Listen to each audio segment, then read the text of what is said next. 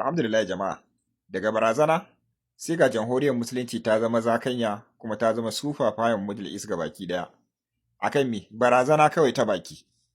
Idan ba ku manta ba, shekaran jiya ko kuma in ce jiya, Trump ya yi alkawarin cewa zai babbaka jamhuriyar musulunci baki daya, zai babbaka ta. Haka kwatsam daga baya kuma sai aka ce Trump ya janye kai wannan hare-haren ya dawo a yi zaman sulhu, wato wai Iran ta neme shi ta yi zaman sulhu, duk da dai ba ita ta nema ba, amma shi ne ya tura bukatun duk wani abin da Iran take bukata bangaren yarjejeniya wanda aka yi American ta yarda da shi ta ki yarda da shi, ita da kanta kawai ta ce ta yarda daga wannan kara. Ta yarda.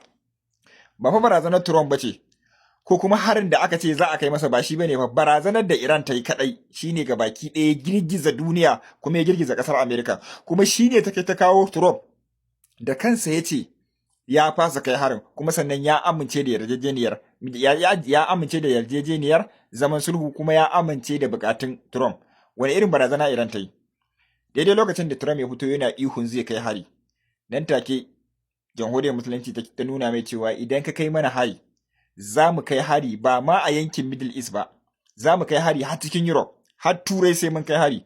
Kuma sannan abin da ya ƙara jijjiga su, sannan sai suka ce za mu kai hari kamfaninnukan Olomos mai kuɗin nan fa, duk wani kamfaninnukansa da suke yankin Middle East dai sai mun tayar da su. Kuma sun tabbatar da cewa za su iya. To me ya jawo Olomos a ciki? Saboda kun san cewa ya taɓa ba da tauraron ɗan adam style ɗinsa aka so a yi amfani da shi daidai lokacin da za a yi zanga-zanga a jamhuriyar musulunci, to jamhuriyar musulunci ta lalata shi, to tun daga nan ta sa mai ɗan ba. Kuma ya ce bayan lalata wannan kadarorin na Olomos ko kuma ce kamfanin nasa da kuma bin kadarorin ƙasar Amerika gabaki ɗaya, sannan kuma akwai barazanar rufe Babil Manda, sannan kuma da kai manya-manyan hare-hare inda ba a yi tunani ba. Jama'a kun san harin da aka kai Jordan, da harin da aka kai Bahrain, da harin da aka yi Kuwait, ba ƙaramin girgiza ƙasar Amerika yayi ba.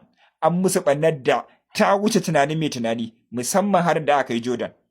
An yi musu ɓannar da ina tunanin sun je sun gama ajiye makamai, sun jibge makamai, iya makamai, jamhuriyar musulunci ta lalata shi, sannan kuma ta je ta lalata wanda aka ajiye a ƙasar mamaya, nan ma ta je ta lalata wannan. To, me ya saka? Wani irin yarjejeniya ne suka karɓa na jamhuriyar musulunci?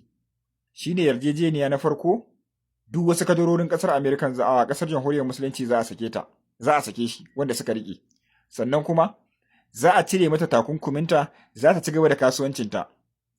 Amerikan ta ce ta yadda. Sannan kuma dole a dakatar da har-haren da ake kaiwa Labanan, kuma dole ƙasar mamaya ta fice daga Labanan wasu yankuna, nan ma ta ce ta yadda.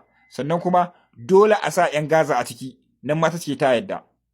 Ba a yi shawara da ƙasar mamaya ba, Netanyahu ba, duk da ya fito ya fushi ba a yi shawara da shi ba.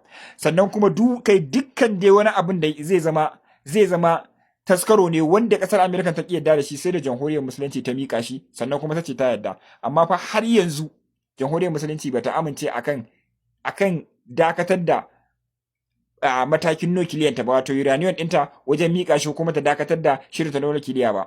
Kawai jamhuriyar musulunci dai ta yarda da cewa za ta buɗe bakin ruwan Hormuz. Za ta buɗe bakin ruwan Hormuz. Saboda mi? Saboda shi lalle ilalla Trump ya tabbatar da cewa idan aka ci gaba da wannan faɗan, to ya tabbatar da babu nasara, saboda sun fara sun ga babu nasara ne, kuma idan suka ce za su ci gaba, za a ci gaba da karya su ne, da kuma karya kadarorinsu, da kuma sa su kunya idan duniya.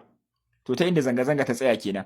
Yanzu jamhuriyar musulunci ta zama walfawa, sannan kuma ta rike kanta, ta jawo kanta yanci, kuma sannan ta kalli wasu ƙasashen nan ma kuma ta sa su yanci. Duk da ƙasashen suna biyayya ga ƙasar mamaya ko kuma ce daga ƙasar Amerika, amma yau gashi cikin ikon Allah ta jawo musu yanci, dole ne a dakatar da faɗan Labanan, kuma dole ne su janye su fice, kuma dole ne a bar dakarun musulunci.